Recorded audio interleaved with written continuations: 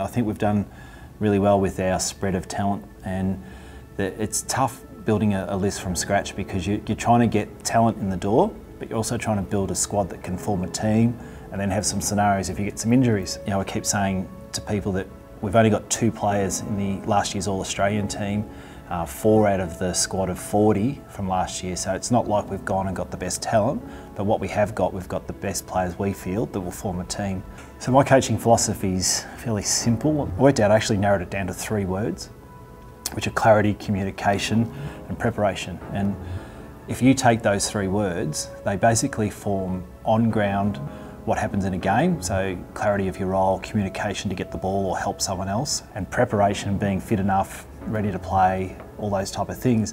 And it's no different if you take those 3 words to off-field, to coaching, to staff, to anything. Simple, but it's sort of well thought out, if that makes sense. I don't think the synergy between having players down in Tasmania and up here and only coming together every couple of weeks will make any difference. There's 2 ways to look at it. You could either draft players, recruit players that were prepared to move up and then have all your players together, but then you're taking them out of their home environments and work and the way they live and like to live down there. So that's absolutely paramount to us, that we were able to, I suppose, facilitate a program that would allow players to live wherever they wanted, be able to train at a particular base, come together north and south during the week.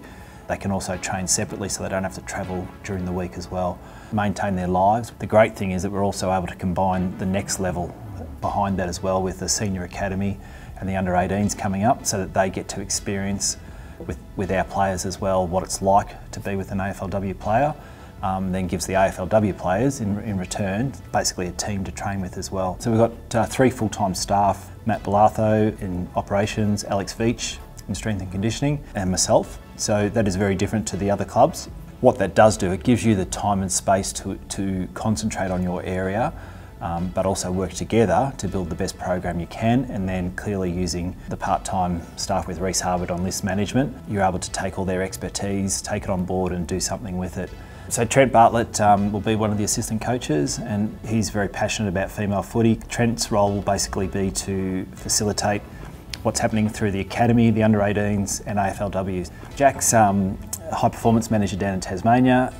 She's been there for the last 4 years. So Jack will have a great handle on the girls and the talent there.